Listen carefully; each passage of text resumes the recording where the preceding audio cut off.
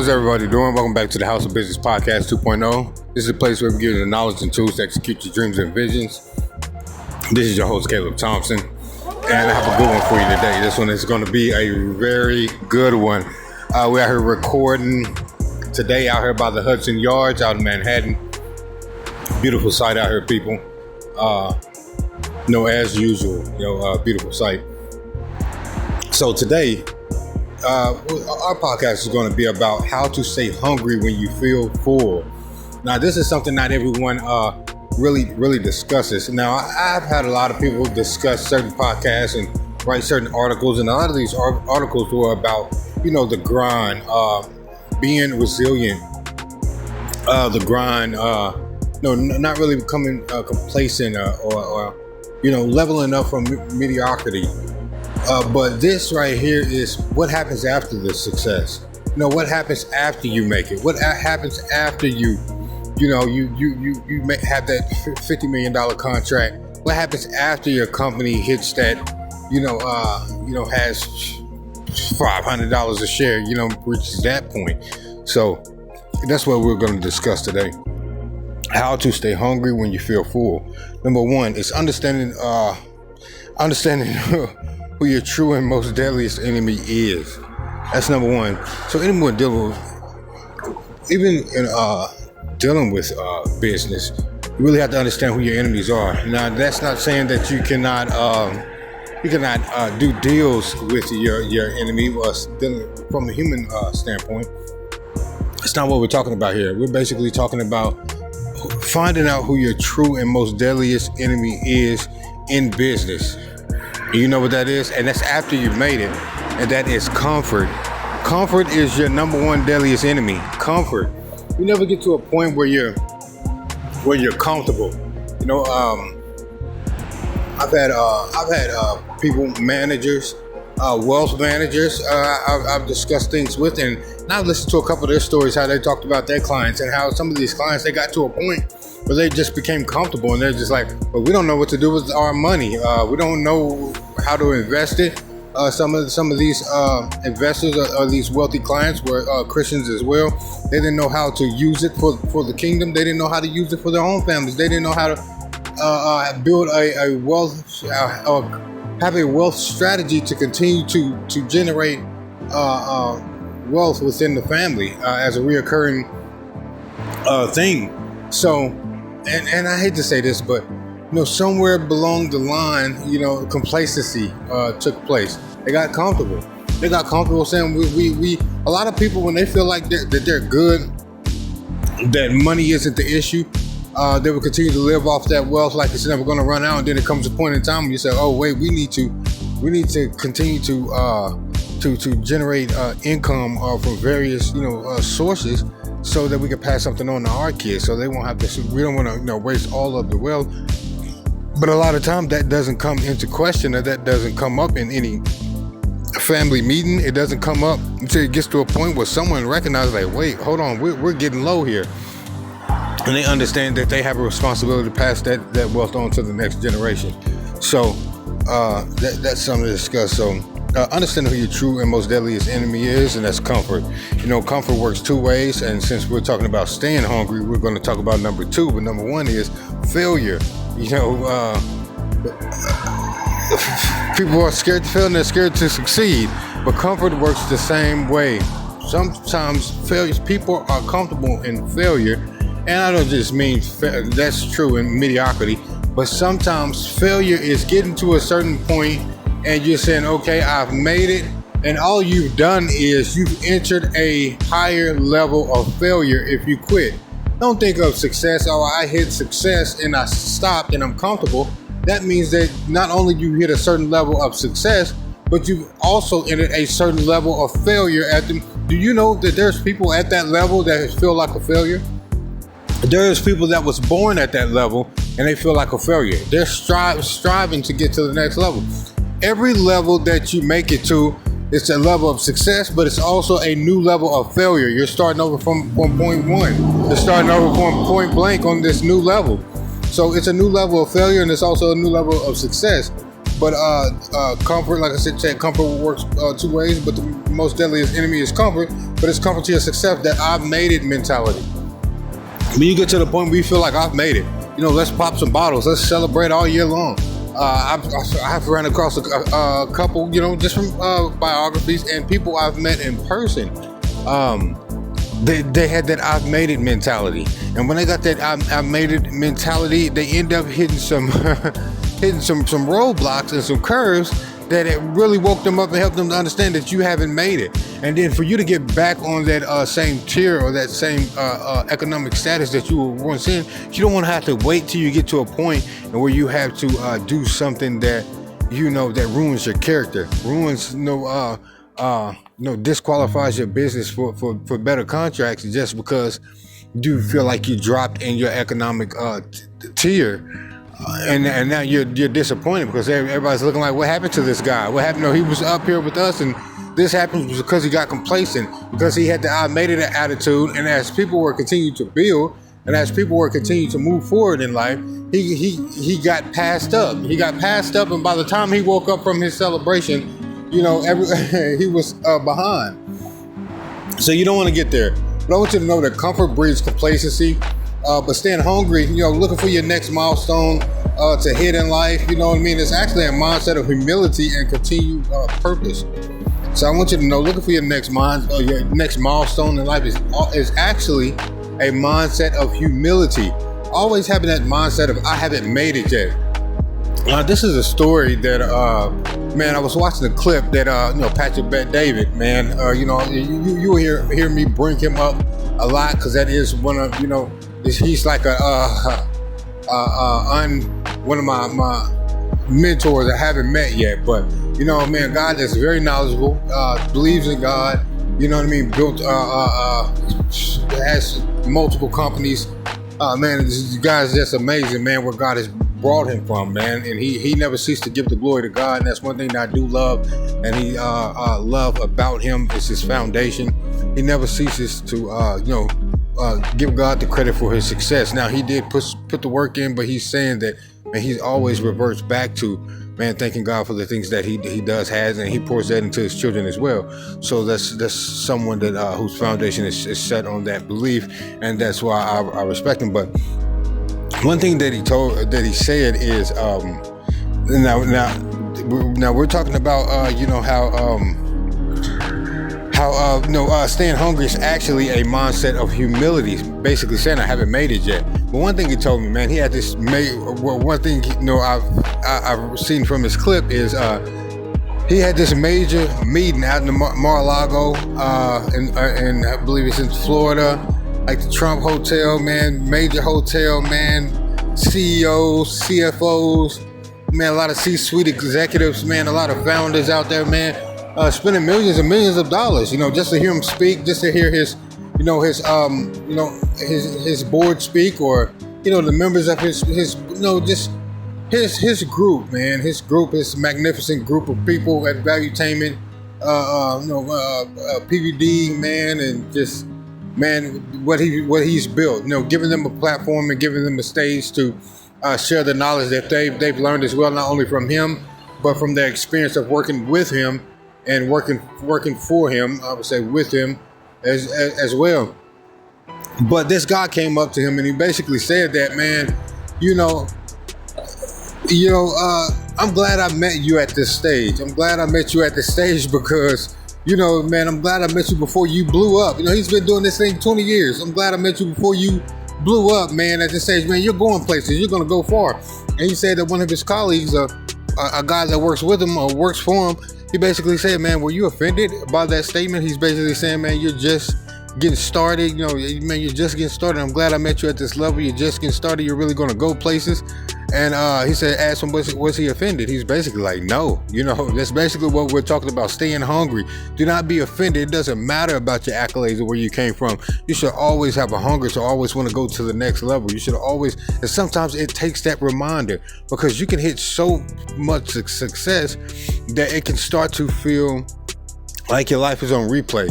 You're used to getting these wins. You're used to walking into these rooms. You're used to shaking hands with, now you're shaking hands with the billionaires just like shaking hands with the millionaire. You're used to it. You feel like, your flame is going out, and it takes someone like that doesn't know you, or maybe he meant it. Maybe he meant it for that very reason. You never know why people do things. They can intentionally do things to put that spark back in you, and I believe that that's a godsend as well. So with that happening, he was like, no, we're just getting started. Man, just for somebody to be not at that age, what he's built already in 20 years, hit massive milestones, probably a billionaire, undercover billionaire by now, but for someone to still have that statement and that drive of we're just getting started, despite all those milestones he's hit in life, all those accolades, all that experience, all those rooms he's walked into with rubbing shoulders with prominent figures of our society and global figures as well. That's having a mindset of humility. Yeah, man, I accept that. Yeah, we're just getting started. Let's see what's next. So, man, staying hungry is actually a mindset of humility and continued purpose. So number 2, we just went over number 1, how to stay hungry when you feel full. And this we were talking about in business and entrepreneurship. Number 1 is understanding your true and most deadliest enemy is comfort. Number 2, staying hungry is like an auto restore button. Staying hungry is like an auto restore button. It gets you back to the core of the original version of your why. Why did I start doing this in the beginning? A lot of times you start off with that drive in the beginning. You're like, man, why did I? So this is like an auto restore button. When you get to that point, when you hit that certain peak in your career, when you hit that milestone, you're going from, let's say 10 million, 20 million, 50 million, 100 million, 300 million, and when I'm saying 300 million, you have to understand when doing business, I can get a contract for $300 million, but that's not the operating expenses. That's not, the fixed expenses. That's not, everything else that comes out of that, that isn't the amount of profit in its entirety. So when you get these contracts, you still have to, don't think I just got a $300 million contract. Yeah, you may leave with, let's say 98 million out of that 300 million just for the operation. Just depends. You cut some things out in here, but just for a brand new building, just for branding, just for the trademarks, just everything, and to get those things pushed through, you may have to pay a little extra money here, but you may get a $300 million contract, but you're not going to leave with $300 million at the end of the year unless you just have some rocking team, some rocking marketing sales team. But there are expenses that still needs to be paid to make sure that you not only obtain a profit, but retain it and maintain that profit until the end of the year. So we're not talking about quarterly, we're talking about annual profit at that. So but staying hungry is like an auto restore button. It gets you back to the core and the original version of why you started in the first place. And I want to say this. When I wanted children, I was so excited, man. I wanted kids, man. We're gonna build a legacy, man. We're gonna build this and build that. But your business is like your baby. You never want to get to a point where you forget what made you want that child. What made you want to pour into it? What made you want to leave something to it for it to be a part of something. It's I hate to compare a human being to a business, but that is your first business. It's like your first baby. You have to burp it. It's like it's puking on you. You're putting those long hours in. That business is throwing up on you. It's not yielding the result because it doesn't have the strength that it needs to take care of you. The way that it needs to. Just like a business is like a child that grows up. You take care of it, and once you grow up, once it grows up, it starts to take care of you instead of putting you in a nursing home. That's what your business is like, man. So, but you can when these things start to hit, when children start to go through puberty, when they start to kind of get this little fussy attitude. You know what I mean? You have a petty princess. You start to say, man, like, when I first wanted kids, I had kids, I had this big plan. They were going to be a doctor. They were going to be, and then life started hitting. Maybe your child got on drugs, or maybe your child, act in a certain way that you didn't raise it. Got away from culture, got away from tradition, which is okay. You want a free thinker so that they can follow their passions or the destiny that God purposely planned for them. But what I'm basically saying is this: is that it didn't go exactly how you planned as a father or as a parent. But you have to get back to that point. That auto restore button is, I had this child. This is flesh of my flesh and bone of my bone. I'm going to stick with him, with her, no matter what, and we are going to make this thing work. So, and that's the same way like with your business. So you can get to a point and be like, I've made it. My child's, out of high school, he's going to college. She's going to college. Now she's married. She's doing good for herself. Then you can relieve yourself. You feel like you can relieve yourself with being a father, being a mother, because they have a husband, they have a wife. That doesn't take away the fact that you still are a father. That doesn't take away the fact that you still are a mother. They're still going to need that advice. Anything can happen. Those grandkids need you. So you know what I mean. Those other, in your business, your business needs you, and it may birth some subsidiaries or some DBAs, the grandkids that may need you as well. Or it may pop out some real estate, some real estate that's in its name. So those grandkids that may need you as well. Just because you don't run the business doesn't mean that you may not be able to take care of the real estate or the profits or things that comes out of that business. So those are like the grandkids.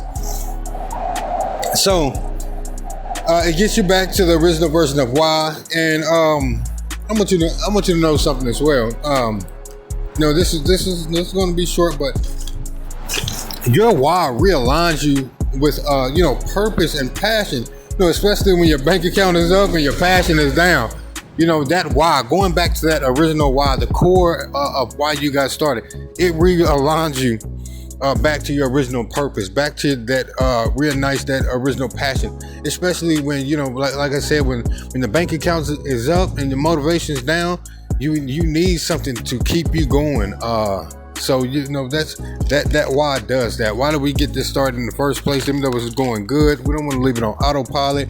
We want to see how we can expand and how we can reach other people, how we can get others involved. We want to continue to grow the company. We want to continue to establish a legacy through this company or through the purpose and plan of which, why you started in the first place. Number 3, staying hungry helps you to continue to grow in every area of your life. Staying hungry helps you to continue to grow in every area of your life. And I'm going to give you 4 ways that you can continue to grow and stay disciplined. But staying hungry helps you to continue to grow in every area of your life. Staying disciplined after you've made it is the unseen badge of honor. Now, this is something that I wrote that I really, truly do believe. Staying disciplined after you've made it is the unseen badge of honor of the entrepreneur that separates the legacy builders from the one-hit wonders. Man, that's something. I hate to keep referring back to this, but even Patrick Bet-David, man, sold a company for $300 million. That didn't stop him. He could have took that $300 million, went stocks, did some day trading, did a little day trading, selling his butt the rest of his life, and he could have been good. $300 million is probably not enough to raise your kids, put them through school. If you wanted to, you could. The way that you can budget that and still have a good lifestyle and do some day trading, maybe a little stocks here and maybe a little small company here. But this guy was relentless. He didn't stop there. That was a milestone, but that was just the beginning. And then he hit another milestone. That was just the beginning. So in that same way, staying disciplined, and continue to expand, continue to stay hungry. It's an unseen badge of honor that separates the legacy builders from the one-hit wonders. And these are some ways that you can stay disciplined. I'm going to give you 4 ways. Have a morning routine. Number 1, have a morning routine that encourages growth. So create a morning routine that encourages growth. A lot of times see me in a minute. But a lot of times when I wake up early in the morning, I listen to let's say a video or something that encourages growth, something I may have forgot, something that I need to brush up on. Even reading the Bible in the morning, it tells me, man, love your neighbors, you love yourself. I'm just like, man, I love them, but I can't stand them. You know what I mean? Give honor where honor is due and credit where credit is due. Some people really deserve honor. Some people are valuable and they deserve respect. Some people, they know that they're honorable, they just don't respect them. They don't give them the honor that's due to their name, and that's something that you shouldn't do, because that's not only dishonors that person, but it dishonors your bloodline. If me, myself, everything that's in me, my bloodline that's to come out of me, I'm speaking for them as well. So I give honor where honor is due, and I give respect where respect is due. Because everything in me and everything comes out of me is attached to that. In that very second, that very moment when I honor someone else, it honors and blesses my bloodline through me. So, number one, have a morning routine that encourages growth. Number two, things that challenge you, pieces of information that challenge you, videos. Number two, fast from comforts you regularly enjoy. Number two, fast from comforts that you regularly enjoy. And that's something, I used to drink coffee every morning. Well, for a while, I used to drink coffee before I stopped drinking. This was some years back. But, I used to drink coffee and a little bit of honey jack, a little shot of honey jack in my coffee every morning. But that's back when I was drinking. But anyways, basically what I'm saying is start to fast from those things that you enjoy regularly, those small comforts. If you drink coffee every morning, don't get coffee, get tea. Get tea, let it be a little bitter. You know what I mean? Let it send your brain a shockwave and saying, well, this is not what we normally get. It's not what we normally do. So that's good to have. That's good to have something that will shock your brain cells, and that's something that you can fast from. And then when you have it again, it actually makes it way better. But fast from comforts. I don't care if it's TV. I don't care if it's from ESPN, certain things that you regularly enjoy. Try to cut some of those things out and fast from those things, maybe 3-day fast, maybe a week, just to kind of realign yourself. Number three, surround yourself with people that are hungry. Surround yourself with people that are hungry. I always use this analogy that if you're hanging around a barbershop, you can say, man, I'm good, man, my hair is fine. I'm hanging around the barbershop, and then 10 times out of 10, I'm going to get a haircut. I don't care if my hair is already cut. I'm going to get some hair cut off of my face. I'm going to sit there and say, man, you know what? Man, just line me up a little bit here, man. I'm thinking I'm seeing something off, and just freshen me up. So if you're hanging around five millionaires, you're bound to be the sixth one. So surround yourself with people that are hungry as well. And number four, as we discussed in number one, cultivate spiritual disciplines that keep your spirit awake. And we just talked about that. Fasting is one. Fasting is another one that you can, keep your spirit awake. Fasting kind of, from those things that you regularly enjoy.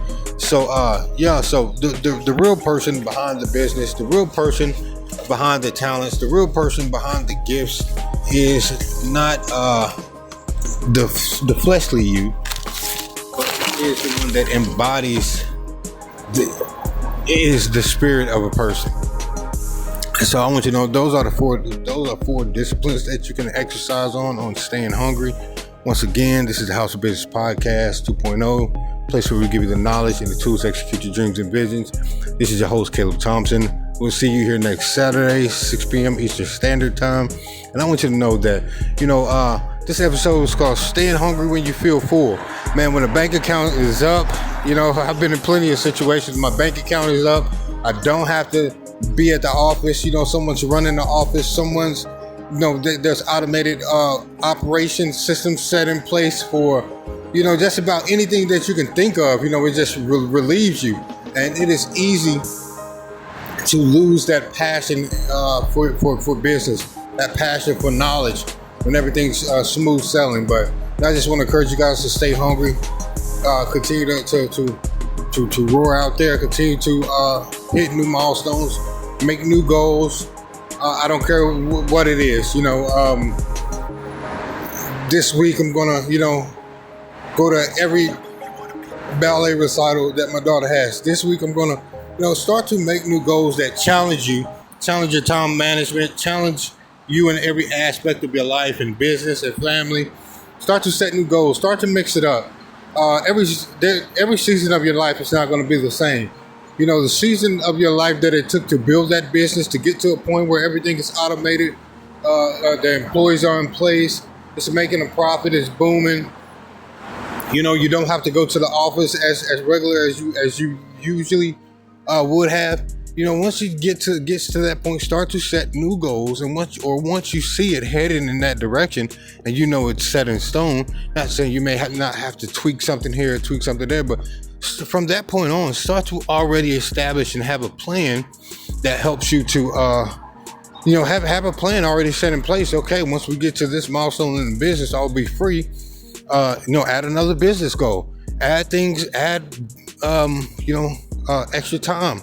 When you're at home, give just whatever is right for you or your schedule, what you need to do to continue to keep that fire burning within yourself, not becoming complacent, not becoming comfortable, not having an automated attitude. Do that. I just want to encourage you to continue to do that. So easy to get complacent when we have the money, we have the vehicle, we have the beautiful family, we have the home, we can fly wherever we want to fly whenever we get ready. We're making money in our sleep. So I just want to continue. I just encourage you guys to continue to be resilient. Continue to keep that fire burning. Continue to, leave the beast awake. Do not let them go to sleep. You know what I mean? Shake, rattle, and roll, baby.